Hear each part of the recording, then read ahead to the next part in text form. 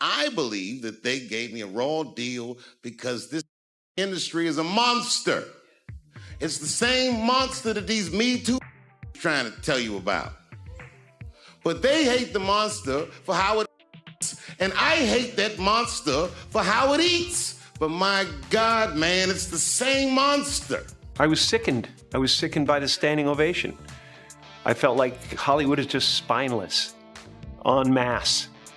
And it really felt like, oh, this is a really clear indication that we're not the cool club anymore. We're listening to Mike right now. Obviously, this is a really sad time right now, but we're celebrating his life. Your thoughts right now on the situation and the timing of this tragedy? Yeah, I mean, he just somebody that changed my life. You know what I'm saying? Somebody I'll always love and cherish. I would have to go and prep that hotel room, which consisted of baby oil, Astroglide, candles, incense, liquor, lights, tons of toiletries, drugs.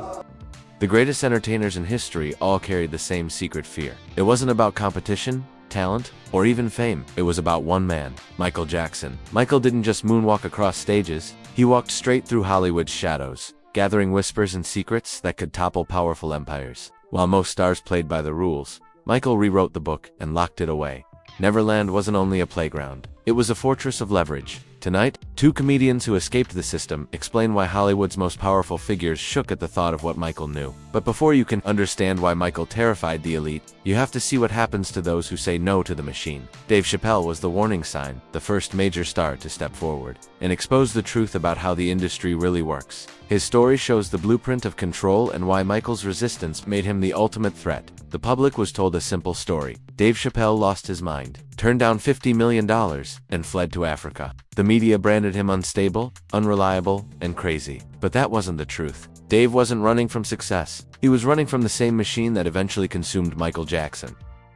You're not supposed to do this in my business.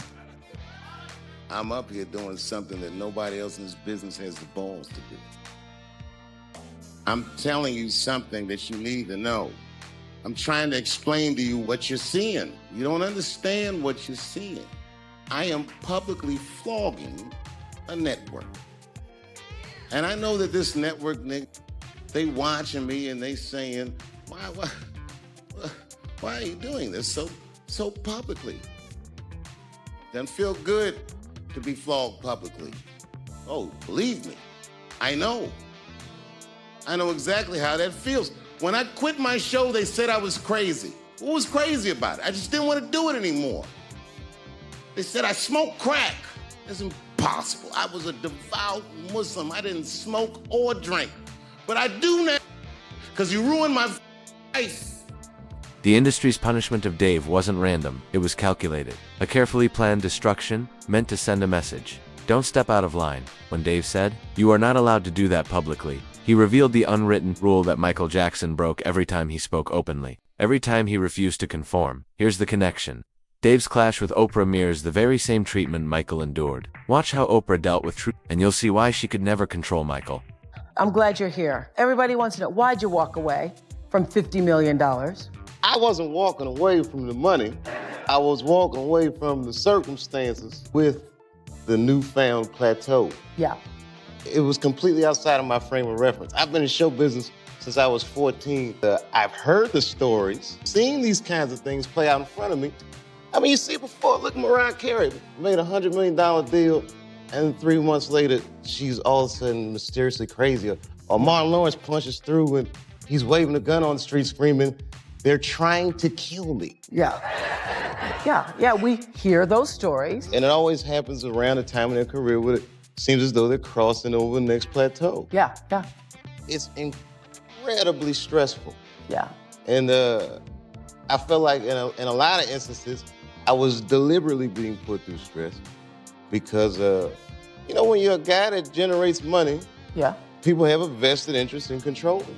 Notice Oprah's approach. Interrupt. Redirect. Pathologize. When Dave raised valid concerns about the industry, Oprah quickly framed it as mental instability. It was the exact playbook she used against Michael for years. She couldn't spin Dave's truth into a safe story, just like she couldn't box in Michael's refusal to bend. The public believed Dave fled to Africa out of paranoia. The half-truth. He needed time to think. The full truth? He realized what Michael had lived through his whole life. The industry doesn't just want your talent, it wants your soul. Dave's escape to Africa mirrors Michael's retreat to Neverland. Both built sanctuaries away from Hollywood, and both were labeled eccentric, unstable, and out of touch. But what if their isolation wasn't madness? What if it was survival in a system designed to break them? Dave's analysis of Martin Lawrence makes the picture clearer. The public was told Martin snapped. Dave asked the harder question, what if Martin was right? Feel about him as a person, as an artist. Martin Lawrence is the guy that showed everybody you can make it from DC to Hollywood. And I had a personal stake in his success. Every time he did something, it made me feel inspired and really good. And he was always real nice to me. He'd sit me down, what's going on with you, baby boy? What? We'd talk about comedy, whatever. And, you know, when we did Blue Streak, we were promoting it, and Martin had a stroke. He almost died. And then after that, I saw him, and I was like, oh my God, Martin, are you okay? And he said, I got the best sleep I ever got in my life. That's how tough he is. So let me ask you this. What is happening in Hollywood that a guy that tough will be on the street waving a gun, screaming, they are trying to kill me? Yeah. What's going on? Why is Dave Chappelle going to Africa? Why does Mariah Carey make a $100 million deal and take her clothes off on TRL? A weak person cannot get to sit here and talk to you. Ain't no weak people talking to you. So what is happening in Hollywood?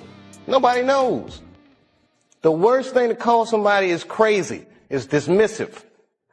I don't understand this person, so they're crazy. These people are not crazy. They're strong people. Maybe the environment is a little sick. Dave connected Martin Lawrence's so-called breakdown to his refusal to play by the industry's rules. Martin waved a gun, claimed people wanted to end him, and was instantly labeled insane. But what if it wasn't paranoia? What if it was awareness? This is the exact pattern Michael lived with. Whenever he spoke about corruption or resisted control, the media painted him as bizarre, unstable, even dangerous. The public swallowed that story because it was easier than facing the truth. Hollywood's biggest stars live in fear of a machine that can crush them at any moment. Dave's journey proves Michael wasn't paranoid. He was prophetic. He saw the system for what it was, and he tried to warn the world through his music, his interviews, and his life. The tragedy is, by the time people started listening, Michael had already been silenced. Dave survived, and his testimony explains why Oprah and Diddy couldn't rest easy. They knew what Michael had seen, what he had kept, and what he could have revealed. Meanwhile, another insider was observing quietly. Mel Gibson had already spent decades navigating Hollywood's traps. What he discovered about the entertainment industry's social contract explains why Michael stood in such a unique position of power. Most people believe Hollywood runs on talent, luck, and connections. That's the fairy tale. The reality is darker, an unspoken pact that protects the guilty and silences the innocent. And Michael Jackson was the one man who never signed it. Ethos or somebody once said my problem was I didn't understand the social contract here. I now understand what that means. Yeah. Do you understand it? The social contract? Yeah. I think I do. Yeah. What is it for you? The social contract. You can't get mad. Mm-hmm. You can't get mad. You can't let it get you, because you have to make a deal with everyone else, and it's almost unspoken that you are going to be over at some point by people who you may have done something nice for. Mm. And it may happen that by circumstance, or even very purposefully, that you've over. But that shouldn't get in the way of you being able to sit down and have fun with them. Am I on the right track? Absolutely. You can't build a resentment about it. Mm. You have to still try and love those people. Yeah. Because that's the way they're thinking. Because it ain't personal. No, it's not personal. They don't really mean to hurt you. No. Not really. I don't quite understand. Well, I mean, there's a lot of motivations for why it happens. Yes, many. I mean, money will make you do stuff as well, won't it? I mean, yes. One, them, us, yes. You know. Yeah, well, whoever. If there's many millions riding on a decision, it's hard to be philosophical. Yes. Yeah. Yeah, very, very hard. Very hard to be, you have to choose what level of integrity you're coming in at. And okay. And I've often felt it. I've sat there and I have felt the knife slipped firmly in between my shoulder blades and tried to have it shoved through the other side through my heart. And I've actually felt the whole thing, and I've gone, ah! Wait till next week, you know?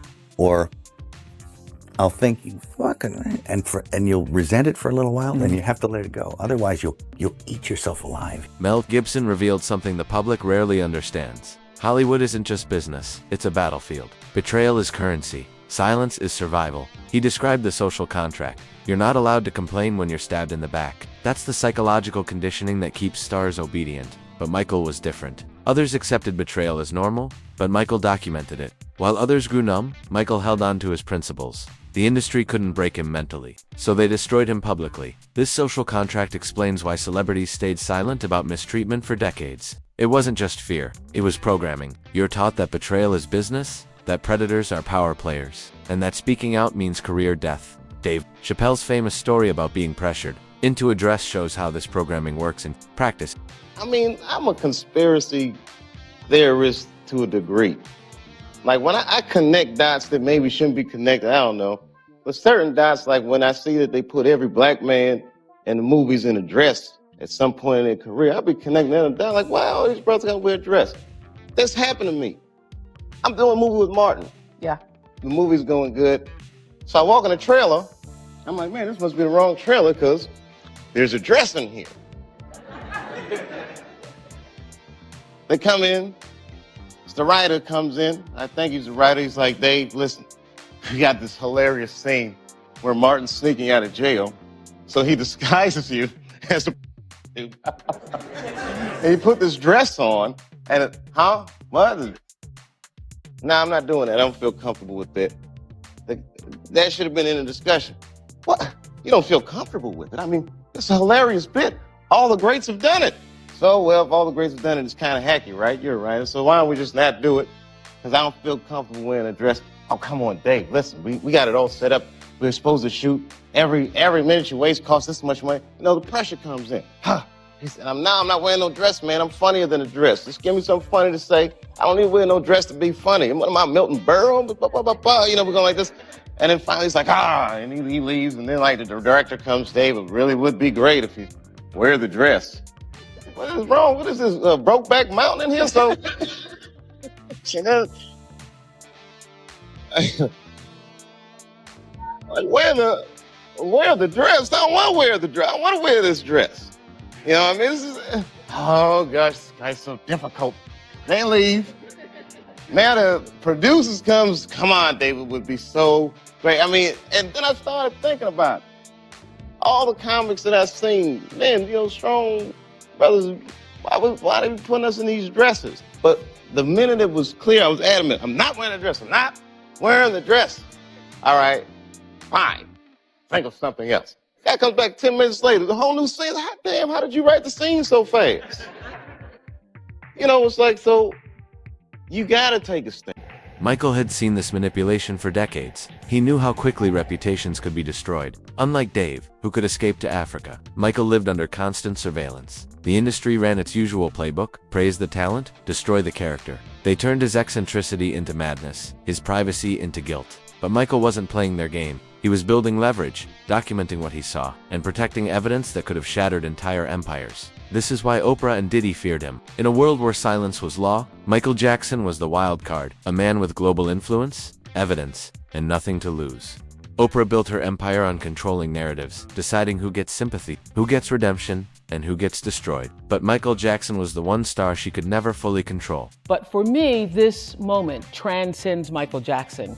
It is much bigger than any one person. Oprah Winfrey opened up about her decision to speak to Michael Jackson's accusers for her After Neverland special when she stopped by The Daily Show on Wednesday night. Last month, Winfrey made headlines when she sat down with Michael Jackson accusers for Oprah Winfrey Presents After Neverland, which aired on HBO following the explosive documentary about the singer titled Leaving Neverland.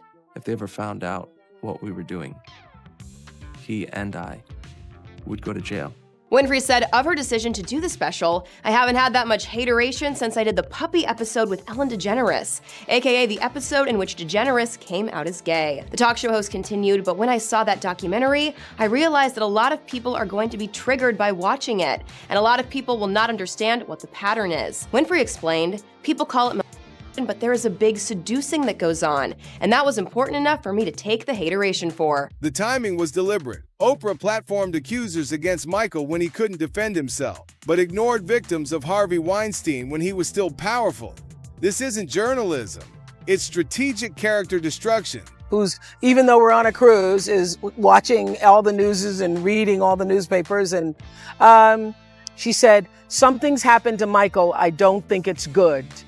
And it scared me because in 1998, I think that was the year, I was in another hotel room. Gail was in, and Gail called and said, "Something's happened to Princess Diana. I don't think it's good." So when I heard that, immediately I thought, oh my God, could it be? And so we were all stunned. And did you ever consider going to either the memorial service or the funeral? No, I did not consider going to the memorial service or the funeral because I did not consider myself to be a friend of his. And I didn't want to be one of those people showing up just because it's Michael Jackson. So no, I didn't, because I was not a friend. I was someone who had interviewed him and at the time really had a lot of compassion for him. Mm-hmm. And those feelings about him changed over the years? The feelings didn't change. In terms of my sense of compassion for him, what I felt was a sense of sadness. Mm-hmm. I never knew, what the truth was. When Michael died, Oprah immediately distanced herself, claiming they weren't really friends. But she had interviewed him multiple times, visited Neverland, and publicly supported him. Her sudden denial reveals the fear, being associated with someone who died before she could neutralize his influence. The pattern becomes clearer when you examine Oprah's other relationships with powerful men.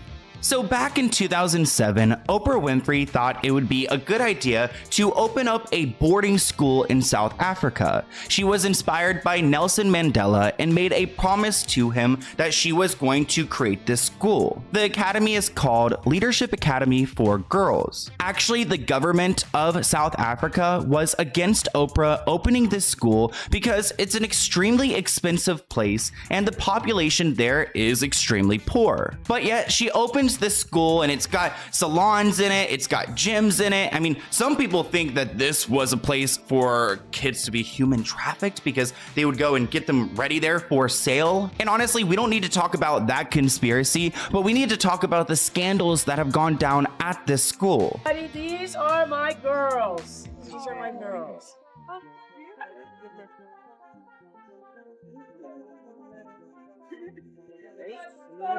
Oprah, look up there. Great. Yeah. So Oprah built this $40 million school in South Africa, and they had 152 students attend. Oprah actually handpicked the 152 students who attended her school, but it wasn't long until some of these students were being harmed by one of the employees of the school. Her name is Virginia, and she was 27 years old at the time, and she was charged with 13 counts of getting inappropriate with the kids. Virginia got physical with at least 6 students aged 13 to 15. So these students were handpicked by Oprah to go and live at this academy, and one of these employees who is managing the dorm is physically touching them and doing things to them and harming them. This was a bad look for South Africa because they have had a problem with children being harmed at school by these employees. But ultimately, Oprah put them in this situation to be harmed by this employee. That wasn't the only scandal that came out of Oprah's school, because ever since it's been open, there's been scandal after scandal. Less than 2 years later, there was another incident where some students were getting physical with each other, and there was a 15-year-old who urged to these victims to keep everything on the down low and not to tell their parents or investigators what happened. So 7 students were suspended from the school, and these girls were alleged to have been intimidating others into partaking in inappropriate behaviors. A letter sent to one of the suspended girls' parents reportedly read, "You have been found guilty of physical contact of an intimate nature with another person on campus, harassment, bullying of other girls on campus, and of being dishonest by not telling investigators the whole truth." So I don't understand why Oprah just went to this school like less than a year ago to fix things, yet this is still going on. I mean, how does this 15-year-old get away with preying on their schoolmates and coercing them into lying to officials about it? The timing was no accident. Oprah gave Michael's accusers a platform when he was gone and couldn't defend himself. Yet she ignored Harvey Weinstein's victims while he was still powerful.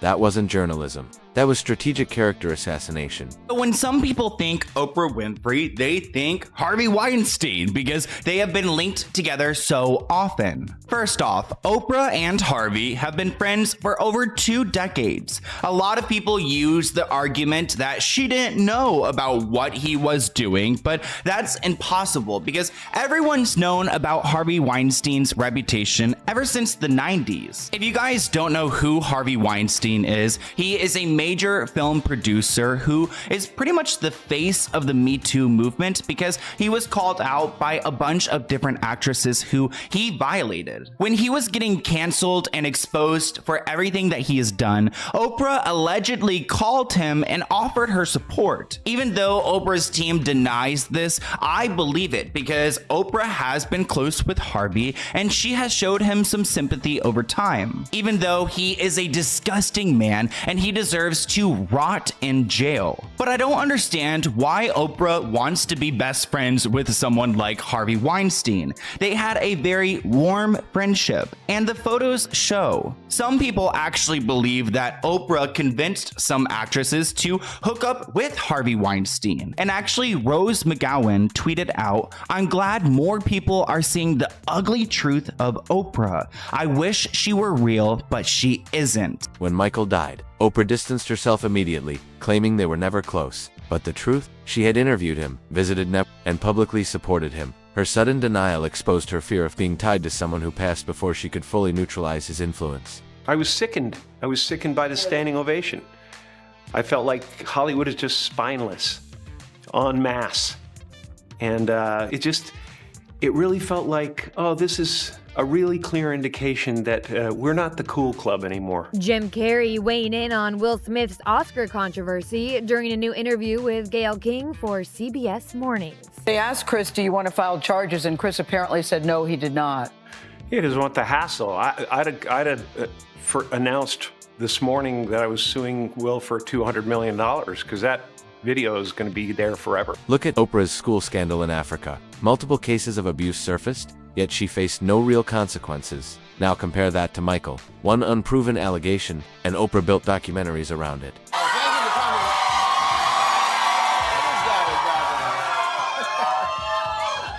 Is that a gang sign? Have you, Oh, like you don't know what it is. You don't know what that is. I have no idea. You don't know. Jimmy Fallon doesn't know. David Letterman doesn't know. We don't know. All the comics and show business don't know what this is. Right? Yeah. What is it? Come on, Jimmy.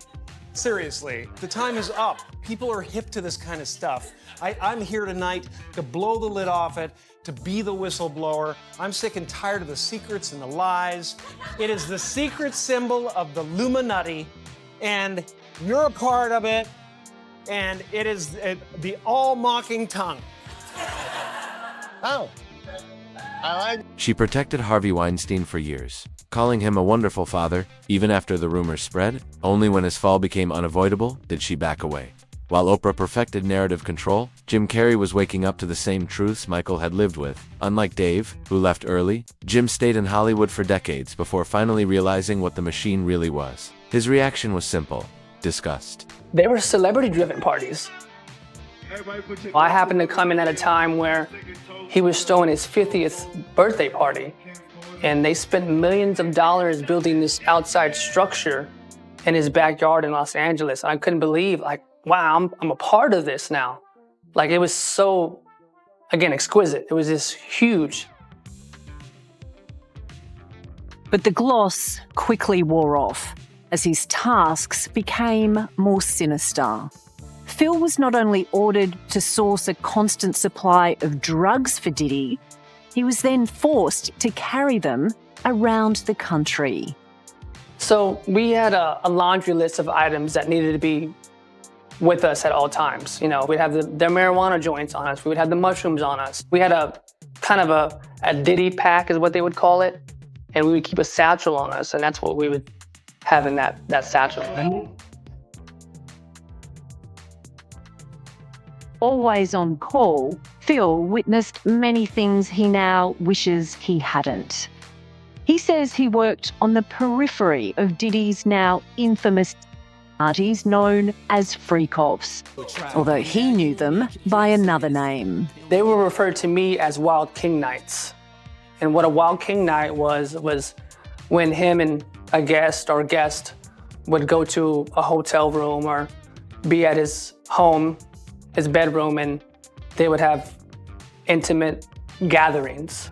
I would have to go and prep that hotel room, which consisted of baby oil Astroglide, candles, incense, liquor, lights, tons of toiletries, drugs. Phil wasn't in the room for the parties, but he didn't have to be. He knew exactly what went on behind closed doors because one of his jobs was deleting the very incriminating videos of the Wild King Nights from his boss's iPhones and iPads. I thought he was this clean businessman who rise to the top because he was such a powerful and, smart, educated man. I had no idea that he had this other side to him. And when I started to get exposed to his lifestyle, I started to really realize, like, this guy has an addiction. It's not just, once every few weeks, it's every day. Jim's frustration with Hollywood's cowardice mirrored Michael's own. Both men saw how the industry shielded predators while destroying truth-tellers. The Will Smith incident was just one more example of celebrities abandoning their morals to protect the system. When Jim said, "Everyone knows about it," he confirmed what Michael had tried to expose. The corruption isn't hidden, it's accepted. Everyone plays along, everyone stays silent, and everyone pretends it's just business. This is what Michael saw up close. The preparation, the participation, the institutions that supported abuse. He didn't just suspect corruption, he watched it in action. The pattern is clear. Dave fled to Africa. Jim retreated from the spotlight. Mel Gibson exposed the contract. But Michael did something far more dangerous. He stayed. He collected evidence. Neverland wasn't only a retreat, it was an intelligence hub. Michael was documenting decades of Hollywood's darkest secrets. Every party, every private chat, every whispered confession. He was building a case that could have brought down empires. And now, two questions remain. If Michael's evidence still exists, who has it today? Are other celebrities secretly gathering the same kind of proof, waiting for the right moment to expose the system? The truth always surfaces. Sometimes it just takes 15 years and two fearless comedians to say what Michael couldn't live to tell. If you enjoyed this video, hit subscribe so you don't miss what comes next. Until then, family, stay real.